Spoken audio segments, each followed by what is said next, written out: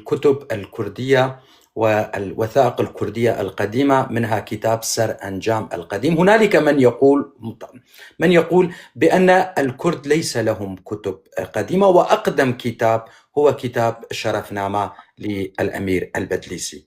إذن كلامك يفند كلامهم، الواقع يفند كلامهم هذا. نعم، هناك بعض الكرد الذين قد يؤاخذون البدليسي على كتاب شرفنامة لأنه كتبها باللغة الدارية، لن أقول فارسية لأنه ليست فارسية، ما في ذاك الوقت شيء اسمه فارسي. هاي اللغة التي كتب بها شرف خان البدليسي كتابه شرفنامة هي اللغة الدارية، واللغة الدارية في الأصل هي أيضا لهجة بهلوية، والدارية حلت محل الفهلوية في كردستان. الكرد كانوا يستخدمون إحدى اللهجات البهلوية تسمى بالفهلوية، والتي بها كتبت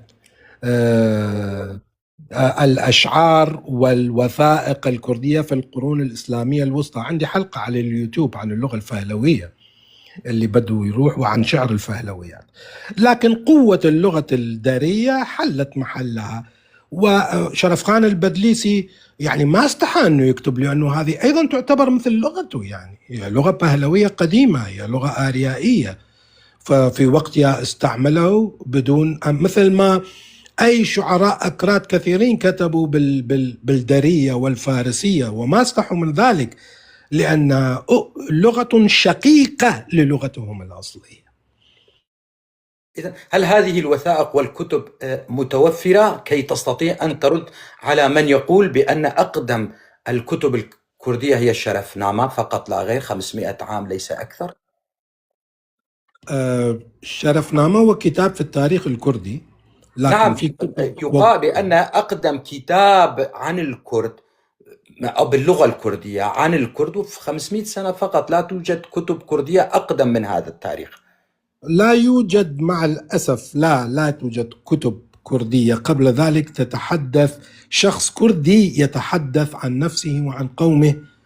وفي مقدمة الكتاب أقصد كتب باللغة الكردية. لا أقصد لا يوجد السرنجام، السرنجام كتاب مقدس للديانة اليارسانية، ديانة يارسان أو كاكائية.